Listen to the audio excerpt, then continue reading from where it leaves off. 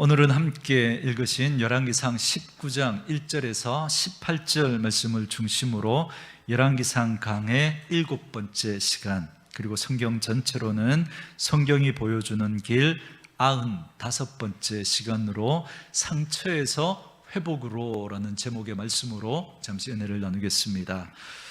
여러분, 이 땅을 살아가면서 상처 없이 살아가는 사람이 누가 있겠습니까? 그런데 문제는 그 상처가 제법 강해서 계속 그 상처에 머물며 살아가고 있는 사람들이 있다라는 겁니다. 그래서 그 상처가 하나님과 우리와의 관계를 망가뜨리고 다른 사람들과의 관계마저 힘들게 하는 일들이 너무 많습니다. 그래서 오늘은 우리가 어떻게 하면 그 상처 속에 머물지 않을 수 있는지 엘리야의 이야기를 통해서 함께 살펴보려고 합니다. 첫째로, 우리도 지칠 수 있다라는 사실을 여러분 인정하셔야 합니다. 저는 열왕기상 19장을 읽는데 조금 이상한 지점을 발견하게 됐습니다. 여러분, 열왕기상 18장에 보면 굉장히 유명한 사건이 나오죠. 엘리야가 정말 위대한 믿음의 영웅과도 같은 그런 일들을 경험하게 됩니다. 갈멜산에서 바알 선지자 450명과 아세라를 섬기는 선지자 400명과 만나서 영적인 전투를 하는데, 누가 진짜 신인지, 하나님이 진짜 신인지, 너희들이 섬기는 신이 진짜 신인지 판가름하는 대결을 했는데, 그 전투에서 엘리야가 멋지게 승리했습니다. 이건 너무 유명한 이야기니까 여러분들이 다 잘 아시죠. 여러분, 이 땅에 존재했던 사람들 중에 이만한 영적인 승리를 실제로 경험하며 살아가는 사람들이 얼마나 되겠습니까?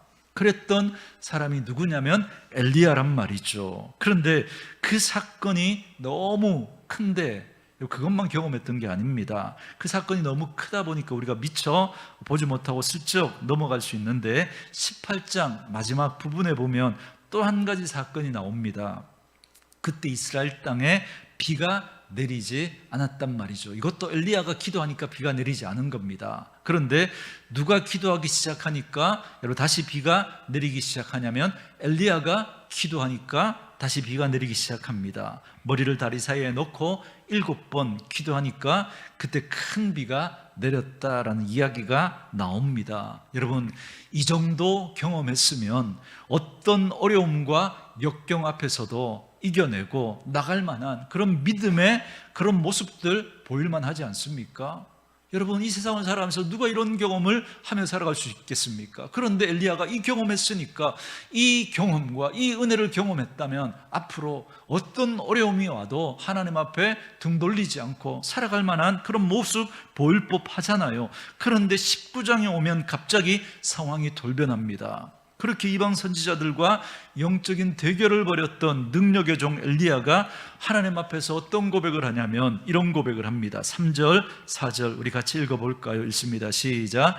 그가 이 형편을 보고 일어나 자기 생명을 위해 도망하여 유다에 속한 브엘세바에 이르러 자기의 사환을 그곳에 머물게 하고, 자기 자신은 광야로 들어가 하루 길쯤 가서 한 로뎀나무 아래에 앉아서 자기가 죽기를 원하여 이르되, 여호와여, 넉넉하오니 지금 내 생명을 거두시옵소서. 나는 내 조상들보다 낫지 못하나이다 하고. 아멘.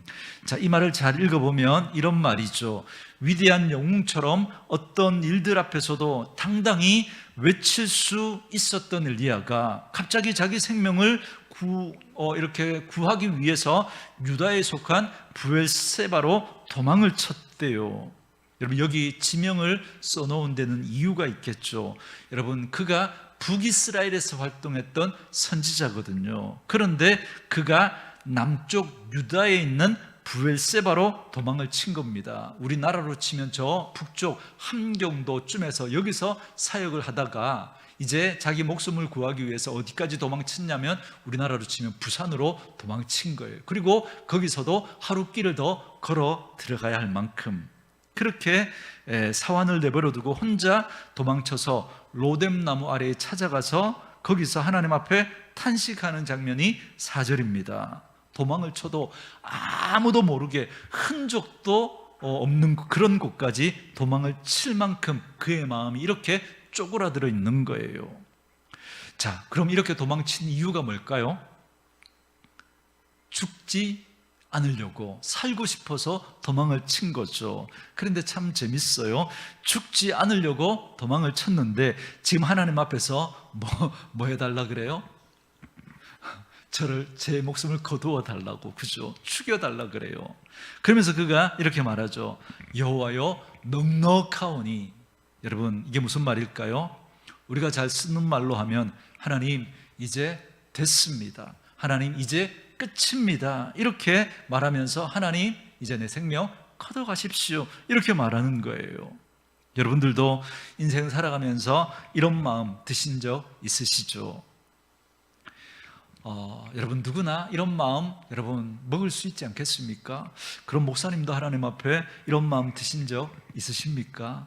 여러분 전들 왜 없겠습니까? 하나님 이제 저 더 이상 못할 것 같습니다, 그런 마음 왜 여러분 들지 않았겠습니까?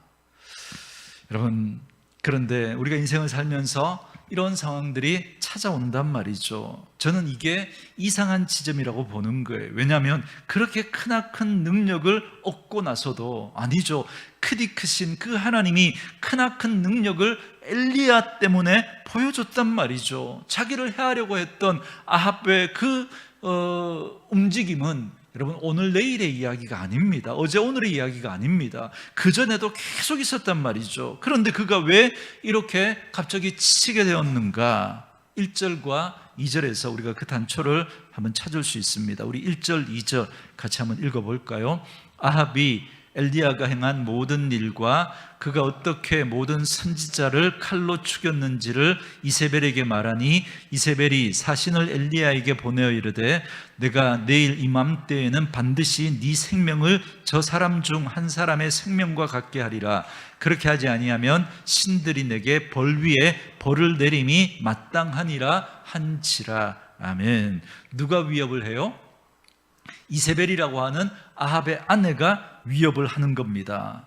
여러분 뭐 간단하게 이야기하면 그 아내가 너 잡아서 내가 반드시 요절을 낼 거야, 이렇게 이야기한 겁니다. 그런데 그런데 이게 그때 처음 생긴 일이 아니란 말이죠. 그전에도 이미 아합이 엘리야를 위협하고 엘리야를 견제하고 그렇게 하고 있었단 말이죠. 그런데 지금 이 여인의 그 소리 때문에 그가 갑자기 이렇게 됐다는 거예요. 어느 정도 그렇게 무너졌냐면 하나님 앞에서 내 생명 걷어가십시오, 그렇게 말할 만큼 그가 무너졌습니다. 이 부분을 묵상하면서 제게는 이런 느낌이 드는 거예요. 그동안 큰 파도는 다 이겨냈단 말이죠. 여러분 생각해 보세요. 이방의 선지자 850명과 영적 대결을 하다가 지면 여러분 죽어요, 살아요? 죽어요. 그 힘든 시간을 그가 잘 이겨냈단 말이죠. 그러니까 엘리야는 자기 목숨을 걸고 이방 선지자들과 대결을 한 겁니다. 자기 목숨을 내어놓을 만큼 주저하지 않고 정말 그렇게 큰 파도를 넘어왔단 말이죠. 그런데 이 작은 파도 앞에 이 엘리야가 갑자기 주저앉는 겁니다. 아방이라고 하는 큰 파도를 넘어왔습니다. 850명의 이방 선지자들과의 영적인 대결도 잘 싸우고 이겨냈단 말이죠. 그리고 그때 하나님께서 놀라운 은혜와 능력으로 그와 함께 하셨단 말이죠. 그런데 왜 이세벨이라고 하는 이 여인의 그 위협 한마디에 넘어지냔 말이죠. 이 위협은 없었던 게 아니에요. 전에도 있었고 더 강력한 공격으로 있었단 말이죠. 그 큰 파도 잘 넘어와서 지금 이 자리까지 하나님 앞에 그렇게 왔는데 갑자기 넘어지는 겁니다. 오늘 이게 저와 여러분의 모습은 아닙니까? 저는 이 이야기를 저에게 먼저 들려줬습니다. 여러분 힘든 시간들 잘 넘어왔잖아요. 지금 만나고 있는 이러저러한 자잘한 일들 맞아요. 감정적으로 이런 말을 하나님 앞에 하고 싶은 마음이 들 수 있습니다. 엘리야도 그렇게 말했잖아요. 하나님 됐어요, 넉넉합니다, 제 생명을 걷어가십시오. 이거 영어식 표현을 하면 이제 충분하다는 겁니다. 나 설득하려고 하지 마십시오. 하나님, 큰 파도 넘어오기는 했지만 그거 넘어오면서 나 지칠 대로 지쳤습니다. 그리고 지금 이 이세벨의 이 말이 나로 하여금 더 이상 일어서지 못하게 합니다. 하나님, 이제 됐습니다. 저 여기서 그만둘래요. 그러면서 무너지고 있는 이 엘리야의 모습이 오늘 저와 여러분의 모습은 아니냐는 겁니다. 그런데 여러분, 객관적으로 딱 보면 이거 너무 어리석잖아요. 그 큰 파도 잘 넘어와 놓고는 그 작은 파도 앞에 쓸려서 그의 삶을 하나님 앞에 등 돌리려고 한다면 이거 얼마나 어리석은 일입니까? 지금 엘리야는 그냥 감정적으로 한번 이렇게 내뱉는 게 아닙니다. 그는 지금 결정을 내린 거예요. 자기 사역지 함경도에서 저 부산까지 도망을 치고 사환 내버려두고 거기서 또 하룻길을 더 들어갔어요. 사환 내버려뒀다는 거, 여러분, 이거 어떤 목사님이 이렇게 해석하더라고요. 이제 담임 목사님이 이제 나 사역 이제 그만 둘련다. 이제 부교역자들 보고 너희들도 이제 떠나라. 네 살 길 찾아서 떠나라. 이제 나 혼자 내 마지막 삶을 저 광야에서 그렇게 끝내려다, 뭐 이렇게 하는 그 말과 같다는 거예요. 그러니까 그는 하나님께 기도로 간 게 아니에요. 그냥 로뎀나무 밑에서 하나님께 탄식하면서 이제 다 포기하고 다 내던지고 지금 그렇게 이야기하고 있는 거예요. 이제 하나님 됐습니다. 비가 내려도 됐고요, 불이 내려도 됐고요, 지진이 내려와도 됐습니다. 하나님, 이제 난 꿈쩍도 하지 않을 겁니다. 하나님, 나를 꿈쩍하게 하실 수 있는 방법은 내 목숨을 걷어가는 것뿐입니다 라고 할 만큼 무너져 버린 겁니다. 어찌 보면 하나님 속에서, 어찌 보면 이 엘리야의 마음 속에는 그저 그 하나님을 향한 악밖에 남지 않은 그런 모습입니다. 근데 이상하게 이 말이 제게는 위로가 되는 거예요. 이 모습이. 이렇게 위대한 하나님의 사람도 지칠 수 있구나. 그러면 나도 지칠 수 있는 거구나. 내가 지치는 게 그닥 아주 나쁜 것만은 아니구나. 나도 하나님께 지쳤다고 말씀드릴 수 있겠구나라고 하는 마음이 드는 겁니다. 그런데 또 그 생각 속에 한 걸음 더 나아가니까 이런 마음이 드는 거예요. 지칠 수 있지만, 그러나 그 지침을 상처로 만들지는 말아야 되겠구나 라는 생각이 들었습니다. 여러분, 교회를 섬기면서 그리고 가정을 꾸려가면서 큰 파도 넘어오고 큰 물결 넘어오고 큰 환난 잘 넘어왔는데 또다시 찾아온 작은 물결 하나에 이젠 됐다고 그렇게 주저앉고 싶은 그런 마음 우리들에게도 들 수 있겠지만, 그러나 한 번 더 생각해 보는 거예요. 그 지친 상처로, 그 지침을 상처로 만들지는 말자는 거예요. 상처로. 저는 그 말씀을 오늘 본문 안에 담겨있는 이 마음이 오늘 본문 안에 담겨있는 하나님의 마음이라고 생각이 들었습니다. 그래서 저는 여러분들에게 우리도 지칠 수 있다. 그러나 그 지침을 잘 하나님 앞에서 다루어 가야 한다라는 말씀을 여러분들에게 드리고 싶은 겁니다. 왜냐하면 오늘 본문에 보니까 위대한 하나님의 사람 엘리야도 지쳤거든요. 그렇다면 우리들도 지칠 수 있는 거잖아요. 어찌 보면 하나님은 엘리야가 지친 것, 그것 때문에 엘리야를 나무라고 엘리야를 꾸중하시지 않습니다. 여러분 보세요. 모세도 지쳤어요. 요나도 지쳤어요. 엘리야도 지쳤습니다. 참 재밌죠. 성공해도 지치고 이겨도 지칠 수 있습니다. 사역을 활발하게 했어도 지칠 수 있고 열매를 보았어도 지칠 수 있다는 거예요. 그런데 이제 저와 여러분들에게 남은 숙제는 이겁니다. 어떤 이들은 그 지침을 상처로 만들고 상처 속에 머물면서 하나님을 등지는 그런 태도와 자세를 보이는 사람들이 있는가 하면, 그러나 오늘 하나님은 엘리야를 다루어 가시면서 그 상처 속에 머물지 않는 사람이 있다라고 하는 걸 우리에게 보여주시는 거예요. 여러분, 상처 속에 머무는 것이 아니라, 상처 있을 수 있다는 거 하나님 인정해 주시지만, 그러나 하나님은 우리가 그 상처 속에 머물지 않기를 원하신다는 거예요. 그 엘리야를 다루어 가시면서 그 엘리야를 다시 회복시키시면서 우리를 하나님은 회복시키고 싶으신 겁니다. 말씀드린 것처럼 오늘 본문의 내용을 쭉 읽어보면 하나님께서 엘리야를 책망하시는 그런 표현은 어디에도 나오지 않습니다. 야, 너 사내가 돼가지고 그게 뭐냐고, 넌 선지자가 되어서 도대체 이게 뭐냐고, 내가 너 그렇게 능력을 많이 행하게 해줬는데 너 어떻게 나 앞에서 이렇게 할 수 있냐고, 하나님 이런 말씀 한 말씀도 하지 않습니다. 우리 하나님은 이 지친 엘리야를 돌봐주십니다. 어떻게 돌봐주시는지 5절부터 8절 말씀 우리 같이 한번 읽어볼까요? 읽습니다. 시작. 로뎀 나무 아래에 누워 자더니 천사가 그를 어루만지며 그에게 이르되 일어나서 먹으라 하는지라. 본즉 머리맡에 숯불에 구운 떡과 한 병 물이 있더라. 이에 먹고 마시고 다시 누웠더니 여호와의 천사가 또다시 와서 어루만지시며 이르시되 일어나 먹으라. 네가 갈 길을 다 가지 못할까 하노라 하는지라. 이에 일어나 먹고 마시고 그 음식물의 힘을 의지하여 40주 40야를 가서 하나님의 산 호렙에 이르니라. 아멘. 하나님이 어찌하셔요? 계속 먹이시는 거예요. 여러분, 옆에 지쳐 보이는 사람 있으면 계속 먹여주시는 분들 될 수 있기를 바랍니다. 여러분, 데리고 나가서 밥 사주는 거예요. 여러분, 구역장 지쳐 보이시면 그죠? 밥 한번 쏘는 거예요. 너무 재밌잖아요. 하나님이라면 영적인 해결점을 주실 것 같은데, 그런데 그런 지침은 하나도 하나님께서 알려주시지 않고 뭐라 그래요? 너 지쳤냐?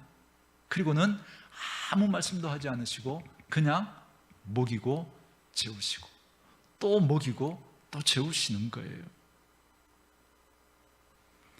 그러면서 그의 마음 안에 공간을 만들어 주시는 거죠. 그러니 여러분, 누군가 나에게 그렇게 해주면 참 좋겠지만 그렇지 않더라도 여러분도 여러분들에게 그렇게 여러분 자신을 돌봐주셔야 됩니다. 여러분 스스로에게 공간을 만들어 주세요. 맛난 것도 드시고 멋진 곳에도 한번 가보시고 평안한 공간에서 여러분들의 시간을 좀 가지세요. 사랑하는 아내와 함께, 사랑하는 남편과 함께, 사랑하는 친구들과 함께 그런 시간을 좀 가지시기 바랍니다. 하나님이 엘리야를 이렇게 돌보시잖아요. 잠깐, 여러분 정말 하나님이 지으신 그저 그 자연 속에 들어가서 그렇게 한번 그렇게 쉬는 그런 시간들 필요합니다. 매년 가지는 못해도 뭐 결혼 10주년, 20주년 이럴 때 해외여행도 한번 다녀올 수 있잖아요. 혹시 지쳐 보이는 아내가 있으세요? 지쳐 보이는 남편이 있으십니까? 야, 너 그것도 못 견뎌내냐고, 그것도 못 참아내냐고, 그게 뭐 큰일이라고, 그게 뭐 대수라고. 여러분 이렇게 말하지 마시고, 말씀드렸죠. 큰 파도 다 넘어왔는데 엘리야가 그 이세벨이 하는 그 작은 말 한마디에 그 파도에 넘어져 버렸어요. 그 작은 파도가 남편과 아내가 그렇게 내 마음 몰라주고 내뱉는 그 한마디에 여러분 넘어질 수 있는 거거든요. 그러지 마시고 지쳐 보이는 그분을 먹이시고 재워주십시오. 여보, 우리 나가자. 만난 거 한번 먹으러 가자. 여보, 우리 영화 한 편 보러 가자. 나랑 함께 드라이브 하자. 이렇게 여러분 말 한마디 하면 우리 다시 일어설 수 있거든요. 우리 전도의 식구들이나 우리 구역 식구들에게도 여러분 그렇게 한번 해주십시오. 여러분 이게 얼마나 힘이 났는지 모릅니다. 여러분 스스로에게도 지쳤다 싶으면 그런 시간들을 허락하는 그런 지혜가 있기를 주의 이름으로 축원합니다. 두 번째 말씀은 이겁니다. 지침이 상처가 되지 않도록 잘 다루어야 한다라는 겁니다. 여러분 엘리야에게 왜 이세벨의 그 위협이 상처가 된 줄 아세요? 제가 묵상하면서 세 가지로 정리가 됐습니다. 그가 하나님께 이렇게 말해요. 여러분 9절부터 보십시오. 엘리야가 그곳 굴에 들어가 거기서 머물더니 여호와의 말씀이 그에게 임하여 이르시되 엘리야야 네가 어찌하여 여기 있느냐. 그가 대답하되 이제 엘리야의 본심이 나오기 시작하는 거예요. 그동안 상처 속에 있었던 자기 마음을 드러냅니다. 내가 만군의 하나님 여호와께 열심히 유별하오니 이는 이스라엘 자손이 주의 언약을 버리고 주의 제단을 헐며 칼로 주의 선지자들을 죽였음이오며 오직 나만 남았거늘 그들이 내 생명을 찾아 빼앗으려 하나이다. 이렇게 본심을 말합니다. 이 말을 그가 14절에서도 똑같이 이야기합니다. 무슨 말이에요? 이게 그에게 상처인 거예요. 이게 그의 본심이었던 거예요. 왜 엘리야의 그 지침이 상처가 되어버렸는가? 첫 번째 제가 깨달은 건 이겁니다. 누구만 남았다는 거예요? 나만 남았다라고 하는 그 생각 때문인 거예요. 그러니까 나만 마음을 쓴다는 거예요. 나만. 하나님에 대해서, 교회에 대해서, 정말 교회가 잘 되기를 바라고, 교회가 바르게 세워지기를 바라고, 우리 가정이 잘 되기를 바라면서 이렇게 저렇게 애를 쓰는데 보니까 다른 사람은 거기에 마음 쓰지 않는 것 같은 거예요. 나만 그러고 있다라고 하는 그 마음이 딱 드는 순간 이 엘리야가 그 지침이 상처로 변해버리는 겁니다. 그러니까 그의 지침이 단순히 사역을 많이 해서가 아닌 거예요. 어느 순간 나만 그러고 있다라고 하는 그 생각이 딱 들기 시작하니까 지치기 시작하고 그 지침이 여러분 상처로 굳어버리는 겁니다. 그런 우리에게 하나님이 이렇게 말씀하시는 거예요. 나만 겪는 일이라고 생각하지 말라는 거예요. 여러분 18절 보세요. 여러분 바알에게 무릎 꿇지 않고 바알에게 입 맞추지 않은 사람들이 몇 명이나 있다고요? 7,000명이나. 우리 눈에 보이지 않지만 하나님은 그렇게 우리 가운데 일하시고 계신 거예요. 여러분 상처 없이 살아가는 사람 아무도 없습니다. 아픈 기억 없이 살아가는 사람 누가 있겠습니까? 충격과 혼돈 없이 살아가는 사람 없습니다. 부끄럽고 잊고 싶은 그 과거 없는 사람 누가 있겠습니까? 여러분 엘리야의 위기는 어디에서 오는 거냐면 이세벨이 위협해서가 아니라 이 길을 나만 가고 있다고, 나밖에 없다라고 그렇게 생각되니까 바로 거기서부터 엘리야가 무너진 겁니다. 내 주변을 돌아보니까 아무도 없는 것 같은 거예요. 내 마음 알아주는 사람 아무도 없는 것 같은 거예요. 그 생각이 들기 시작하니까 그때부터 그가 하나님 앞에서 지침이 상처로 그렇게 굳게 되는 겁니다. 왜 지침이 상처가 되는가? 두 번째 제가 깨달은 건 이겁니다. 변화가 없는 것 같기 때문에, 그 생각 때문에 그 지침이 상처가 된 거예요. 그렇게 제단을 헐고 선지자들을 죽이는 그 못된 아합과 이세벨 앞에서도 굴하지 않고 이방 선지자들과 영적인 싸움을 해서 하늘에서 불이 내리게 했고 기도해서 비가 내리지 않게도 하고 비를 내리게도 했으면 그는 이제 이런 기대하지 않았겠습니까? 아합과 이세벨이 무릎 꿇고 하나님 앞에 항복하였더라. 하나님의 백성들이 손들고 나와 항복하고 엘리야와 함께 하나님 앞에 예배하였더라. 이렇게 다음 페이지가 써내려갈 걸 기대했거든요. 제가 왜 이 말씀을 드리느냐면 여러분 3절 잘 보세요.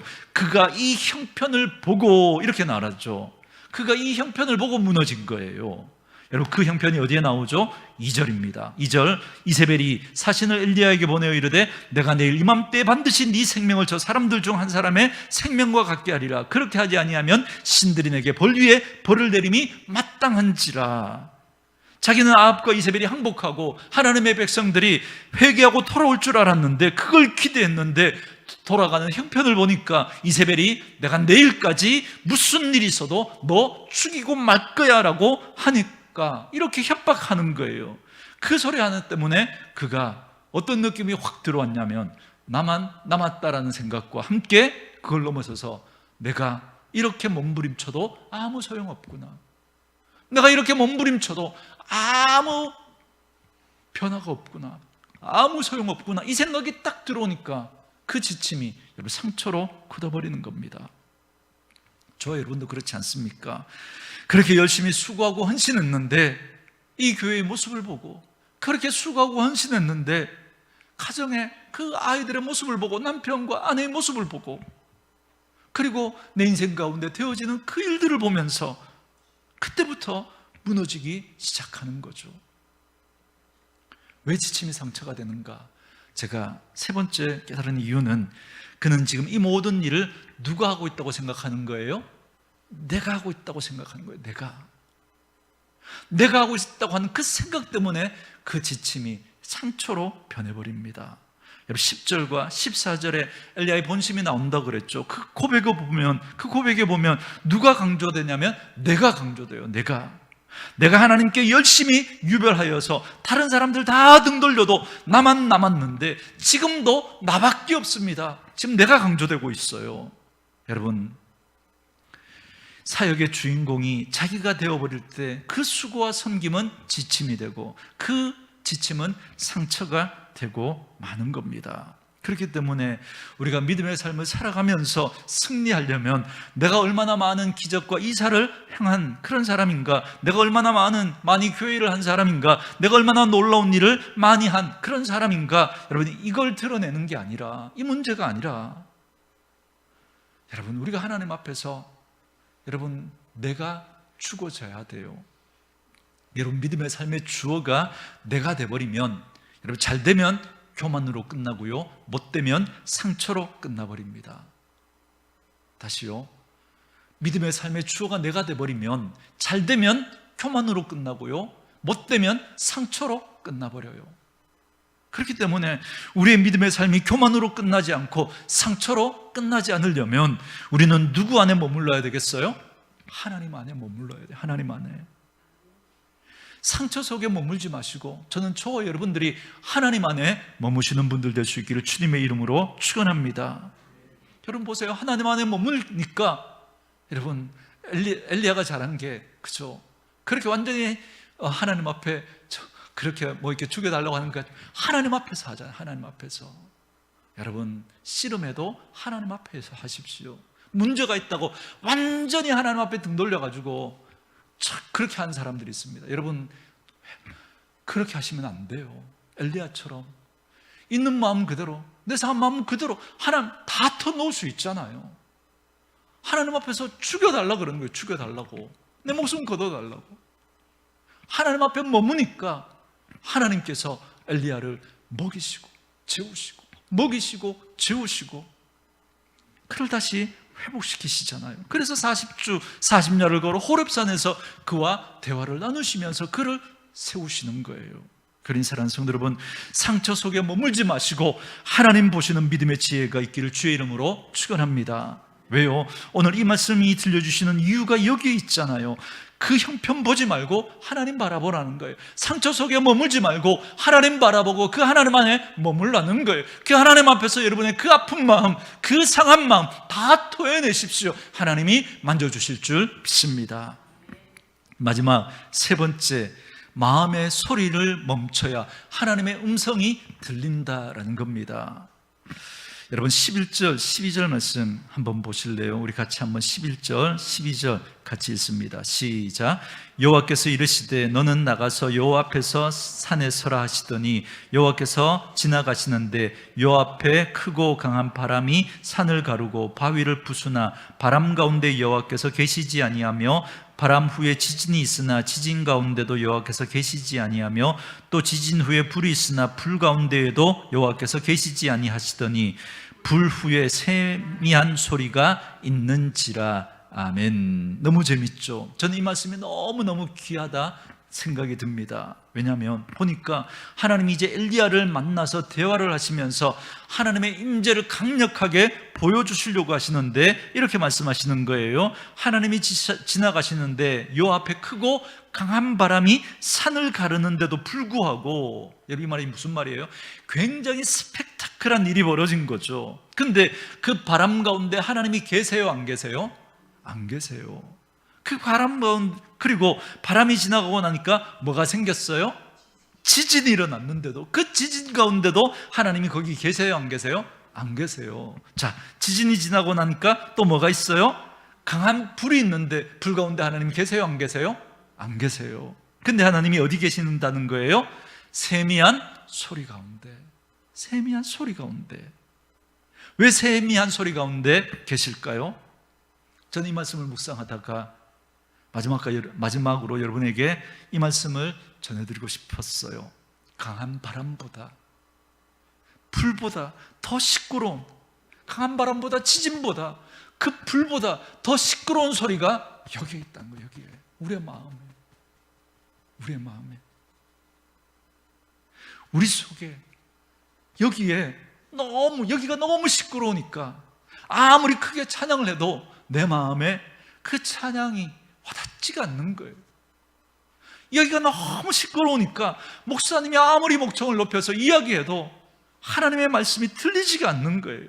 여기가 너무 시끄러우니까 하늘을 무너뜨릴 만한 그 성도들의 기도 소리가 들리지가, 그 기도 소리 가운데도 내 마음이 움직여지지가 않는 거예요.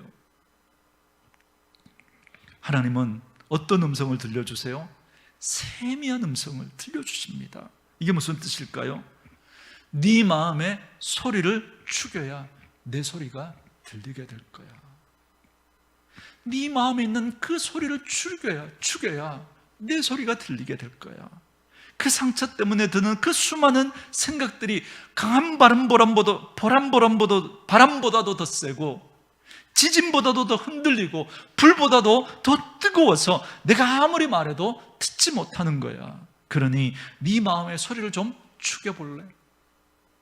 이제 됐다고 말하는 네 마음의 그 소리를, 하나님 이제 죽여주세요라고 하는 네 마음의 그 소리를, 이제는 아무 소망이 없다라고 말하는 그 네 마음의 소리를 한번 죽여볼래?